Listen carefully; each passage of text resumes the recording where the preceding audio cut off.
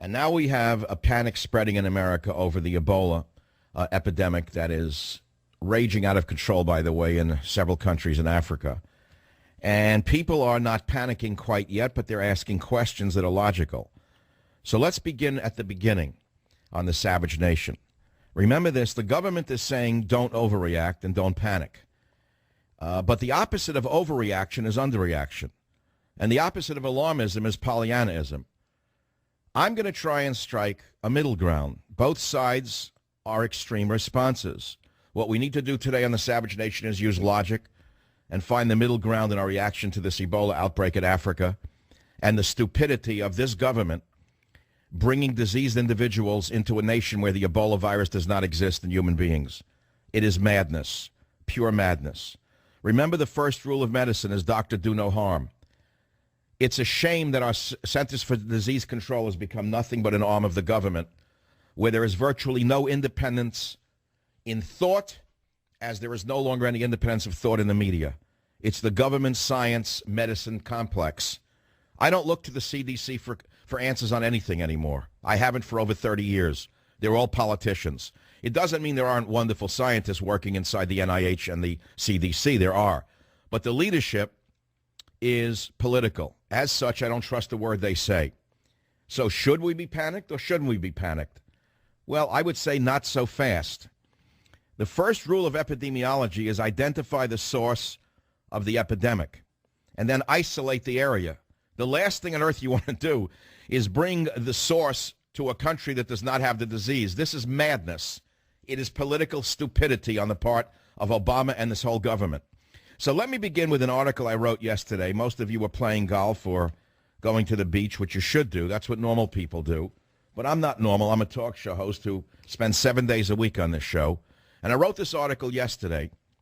I want to begin by saying that I'm not a virologist. I'm not an expert in the field of virology. But I probably know as much, if not more, than anybody in the media on epidemiology, because that's what I earned my doctorate in from the University of California at Berkeley in 1978. But more importantly than that is that I was very lucky.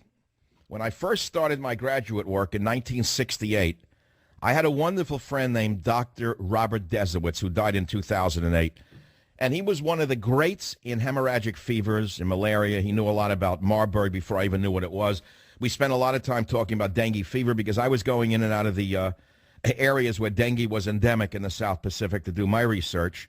And he was cautioning me on mosquito-borne illnesses and whatnot. And many nights were spent over many beers and various foods discussing hemorrhagic fevers and whatnot. So I'm not him, but I learned a lot from him going back a long time. And I would say that that's an important thing to talk about. And that's part of why what I'm about to discuss with you today on the Savage Nation about Ebola is as good as information source as you're going to get anywhere in the world. When you get the government media complex telling you don't worry whatsoever, that's nonsense, because you can't rule out the fact that it won't spread. I'm not saying it will. I'm not saying there's going to be an epidemic in America, but for like NBC Science, oh, don't worry about it, it's fine. These are the same people who are ignoring the tuberculosis that's coming in from Mexico with the hordes that Obama's bringing in. These are the same government liars in the media telling us not to worry about anybody coming in from Central America when, in fact, cholera is endemic in Mexico and Central America. And they're bringing in cholera. And our Border Patrol agents are reporting that they're getting cholera and tuberculosis. So I'm supposed to believe the NBC doctor? I'm supposed to believe the CDC doctors who are looking the other way when we have TB and cholera coming in over the border? No, I'm not going to look the other way. So now that I've set the stage for it, let me begin by reading the article I wrote, which you can find on michaelsavage.com, The Drudge Report, WorldNet Daily. The title is very clear. It says it all. Savage says America's response is madness. And if you can't listen to the show, you can read it later on. And here's how it begins. The madness of Ebola is only matched by the madness of America. Well, let's start with common sense. If a member of your family has the viral illness known as the common cold, what do you normally do? Well, you try to avoid contact with that person. Certainly you want to avoid them sneezing on you or the droplets from their cough spreading anywhere in the house. Isn't that what you would do? And then what do? Well, you both isolate and avoid an infected patient, even if they have the common cold. Well, Ebola is a viral illness. Common sense would dictate that you isolate and avoid contact with patients, because in this case, unlike the common cold, as you know, the disease can be fatal. And yet the morons who are running America and the CDC are bringing infected patients to America, allegedly to treat them. But we all know it is currently an untreatable disease. It can only be managed. The entire story of bringing these Ebola patients from West Africa to America stinks to high heaven. And there is much more involved, I wrote. So let's look at what Ebola is. Ebola is one of several viral hemorrhagic fevers. In the field of epidemiology, it is known as a non-vector-borne infectious disease. This means it is not, and I repeat, not transmitted by an insect or other vector. Other similar non-vector-borne infectious diseases you may have heard of would include hantavirus. Remember the hantavirus contracted from rodent droppings? Incidentally, that's an interesting a study unto itself. The word hanta came from the Hanta River in Korea because several hundred of our American troops developed hantavirus during the Korean War as a result of some experiments that had gotten out of control. Lassa fever, Marburg virus are others. But then there are hemorrhagic diseases that are vector-borne, and it's important for you to know the difference. And they're transmitted by mosquitoes, and they include dengue and yellow fever.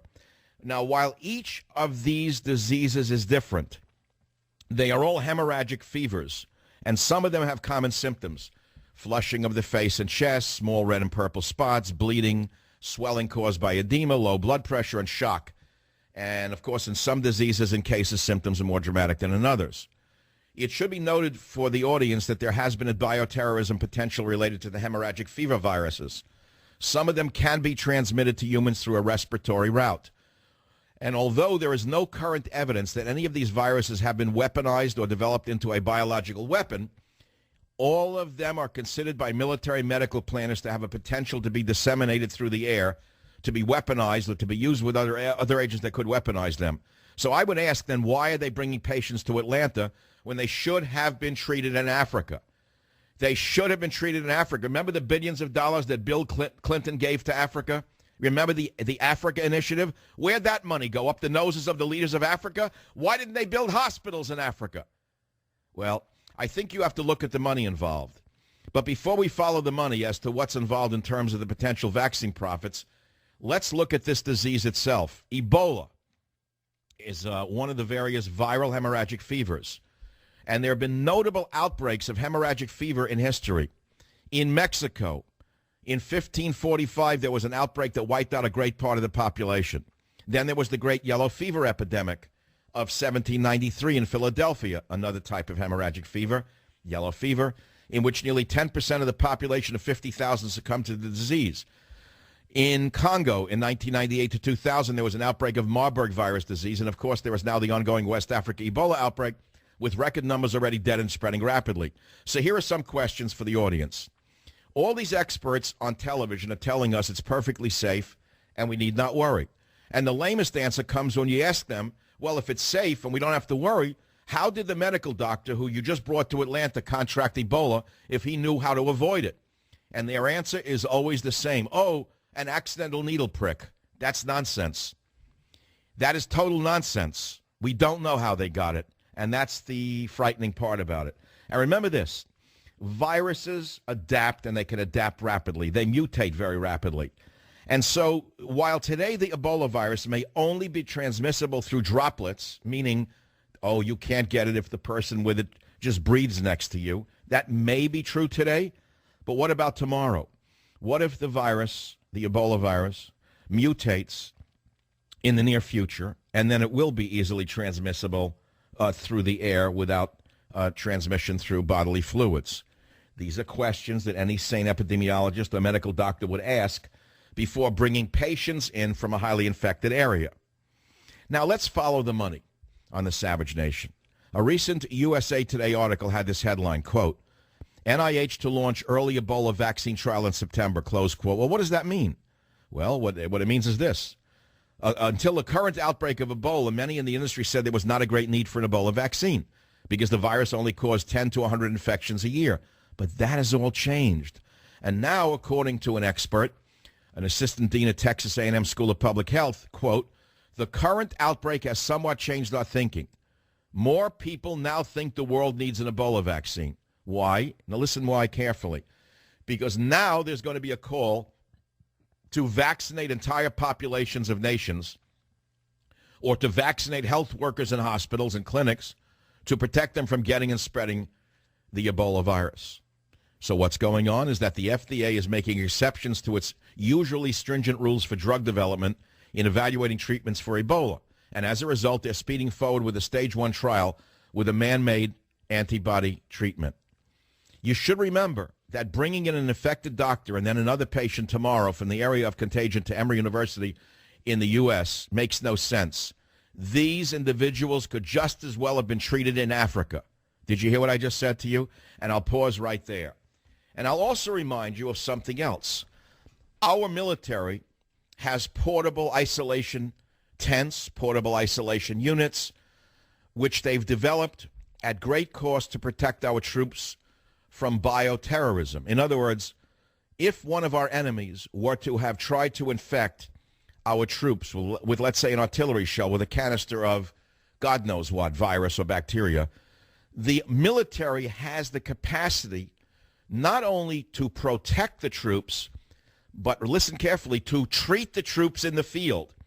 So if the military has the capacity to treat the troops in the field who might have been exposed to such a canister, you have to ask yourself, why did our geniuses think it necessary to bring the patients to Emory University in Atlanta? Again, I want to remind you, billions of dollars have been sent to Africa over the last 20 to 30 years. Remember Bill Clinton's great Africa initiative? Where'd that money go? There are some fabulous hospitals in Africa, and these patients should have been sent to the other hospitals, even outside the locus of infection.